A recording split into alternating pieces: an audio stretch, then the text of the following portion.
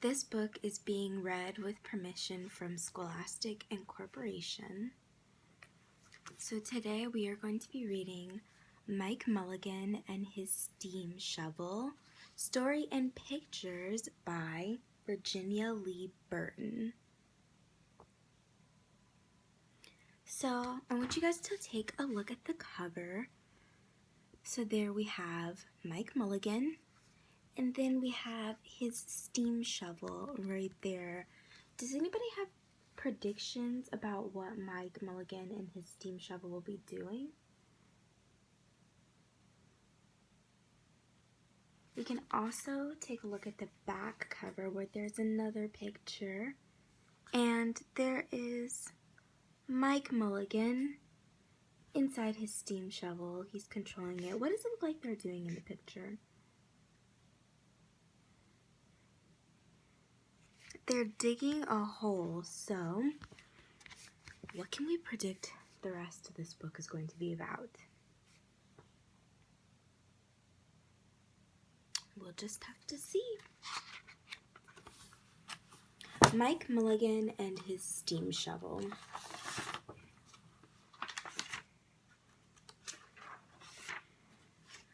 Mike Mulligan had a steam shovel, a beautiful red steam shovel. Her name was Mary Ann. Mike Mulligan was very proud of Mary Ann. He always said that she could dig as much in a day as 100 men could dig in a week, but he had never been quite sure that this was true.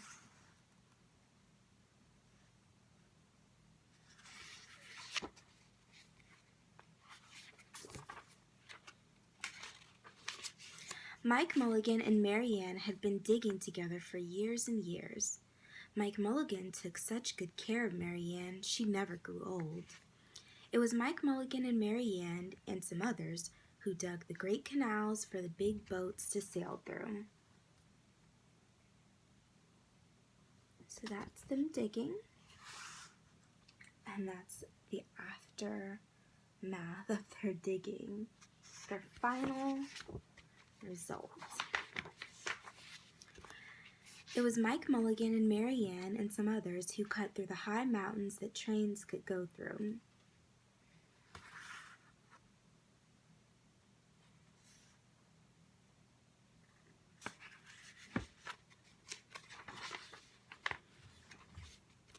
It was Mike Mulligan and Mary Ann and some others who lowered the hills and straightened the curves to make the long highways for the automobiles.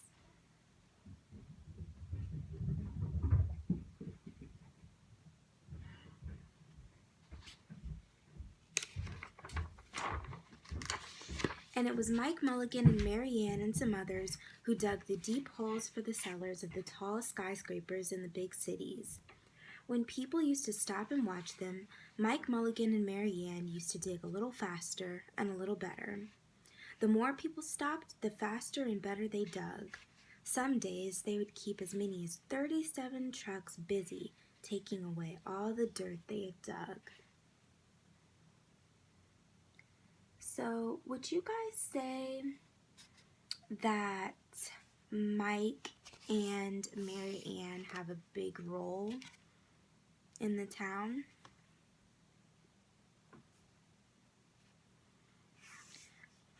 I would say that they have a big role.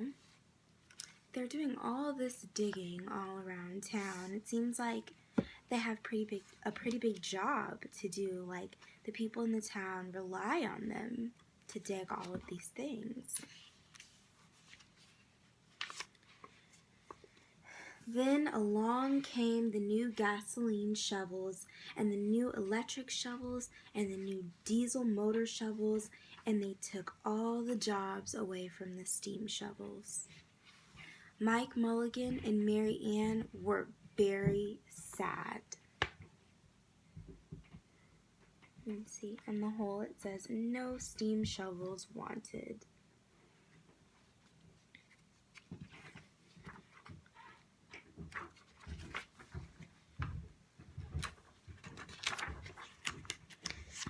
They left the canals and the railroads and the highways and the airports and the big cities where no one wanted them anymore and went way out in the country. They crawled along slowly up the hills and down the hills till they came to the little town of Popperville.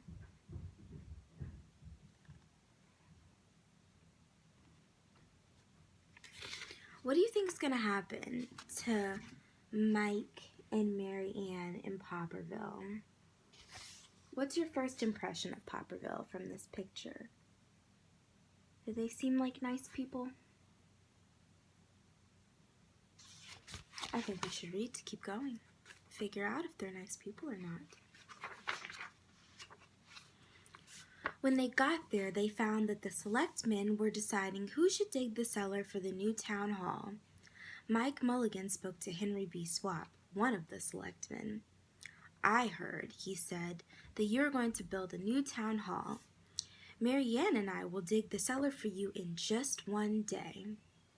"What?" said Henry B. Swap. "Dig a cellar in a day? It would take 100 men at least a week to dig the cellar for our new town hall." "Sure," said Mike, "but Mary Ann can dig as much in a day as 100 men can dig in a week," though he had never been quite sure that this was true. Then he added, "If we can't do it, you won't have to pay." Henry B. Swap thought that this would be an easy way to get part of the cellar dug for nothing, so he smiled in a rather mean way and gave the job of digging the cellar of the new town hall to Mike Mulligan and Mary Ann. So what do we think about Henry B. Swap? Does he seem like a very nice character right now? I don't think he seems like a very nice character. They started in early the next morning just as the sun was coming up. Soon a little boy came along. "Do you think you'll finish by sundown?" he said to Mike Mulligan. "Sure," said Mike, "if you stay and watch us. We always work faster and better when someone is watching us." So the little boy stayed to watch. And there's the little boy.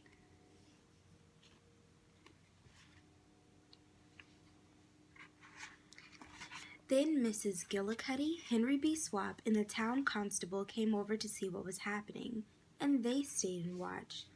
Mike Mulligan and Mary Ann dug a little faster and a little better.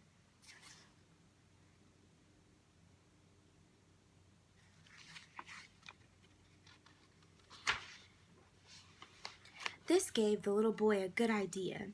He ran off and told the postman with the morning mail, the telegraph boy on his bicycle, the milkman with his cart and horse, and the doctor on his way home, and the farmer and his family coming into town for the day, and they all stopped and stayed to watch. That made Mike Mulligan and Mary Ann dig a little faster and a little better. They finished the first corner neat and square, but the sun was getting higher. So there's a lot of people coming to see Mike Mulligan and Mary Ann. And as we've heard, they dig a little better and faster when more people watch. So, do you think all of these people are encouraging them in a way to keep on going? Clang, clang, clang! The fire department arrived. They had seen the smoke and thought that there was a fire. Then the little boy said, "Why don't you stay and watch?" So the fire department of Popperville stayed to watch Mike Mulligan and Mary Ann. When they heard the fire engine, the children in the school across the street couldn't keep their eyes on their lessons. The teacher called a long recess and the whole school came out to watch. That made Mike Mulligan and Mary Ann dig still faster and still better. They finished the second corner neat and square, but the sun was right up in the top of the sky. What does it mean when the sun is up at the top of the sky? It means the day is halfway over. Now the girl who answers the telephone called up the next towns of Bangerville and Bopperville and Kipperville and Copperville and told them what was happening in Popperville. All the people came over to see if Mike Mulligan and his steam shovel could dig the cellar in just one day. The more people came, the faster Mike Mulligan and Mary Ann dug, but they would have to hurry. They were only halfway through, and the sun was beginning to go down. They finished the third corner neat and square.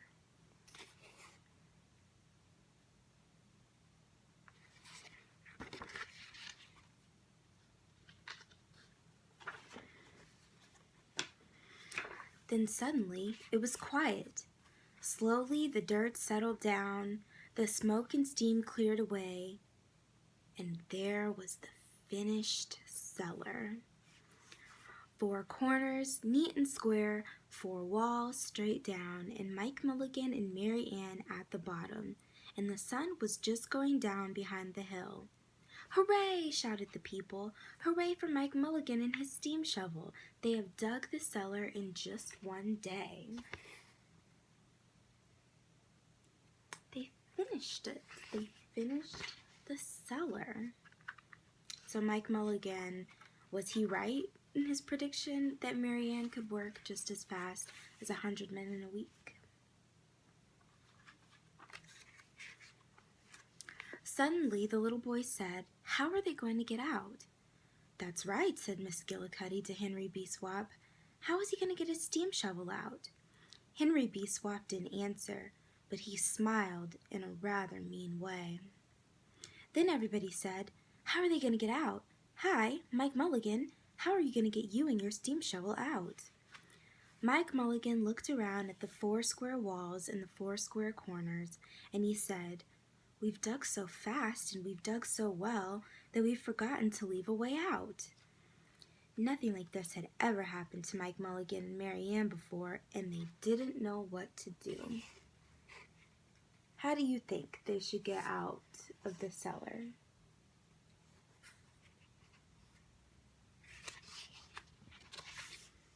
Well, let's see how they do. Nothing like this had ever happened before in Popperville. Everybody started talking at once and had a different idea, and everybody thought that his idea was the best. They talked and they talked and they argued and they fought till they were worn out, and still no one knew how to get Mike Mulligan and Mary Ann out of the cellar they had dug. Then Henry B. Swap said, "The job isn't finished because Mary Ann isn't out of the cellar, so Mike Mulligan won't get paid." And he smiled again in a rather mean way. Now the little boy, who had been keeping very quiet, had another good idea. He said, "Why couldn't we leave Mary Ann in the cellar and build the new town hall above her?" Now, we're going to stop right here and ask a question. So, do you guys think that it is okay to leave Mary Ann in the cellar and just build a new building above her? Do you think that that's all the townspeople have in store for Mary Ann, or do you think there could be more? Let's keep on going. "Let her be the furnace for the new town hall, and let Mike Mulligan be the janitor.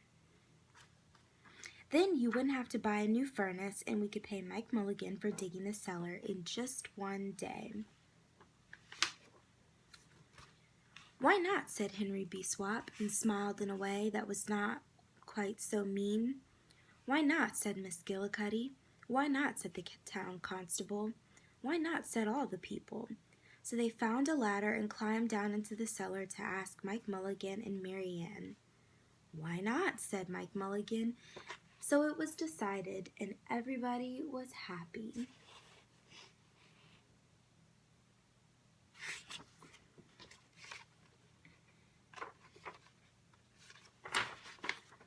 They built the new town hall right over Mike Mulligan and Mary Ann.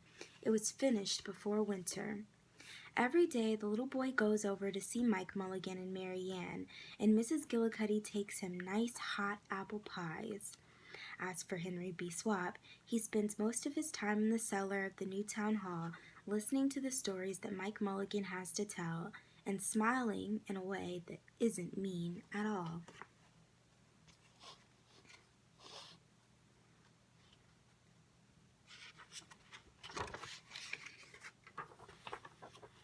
Now, when you go to Popperville, be sure to go down in the cellar of the new town hall.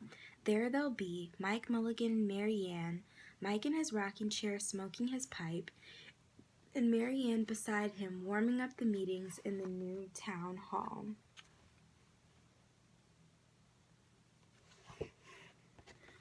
So, the end.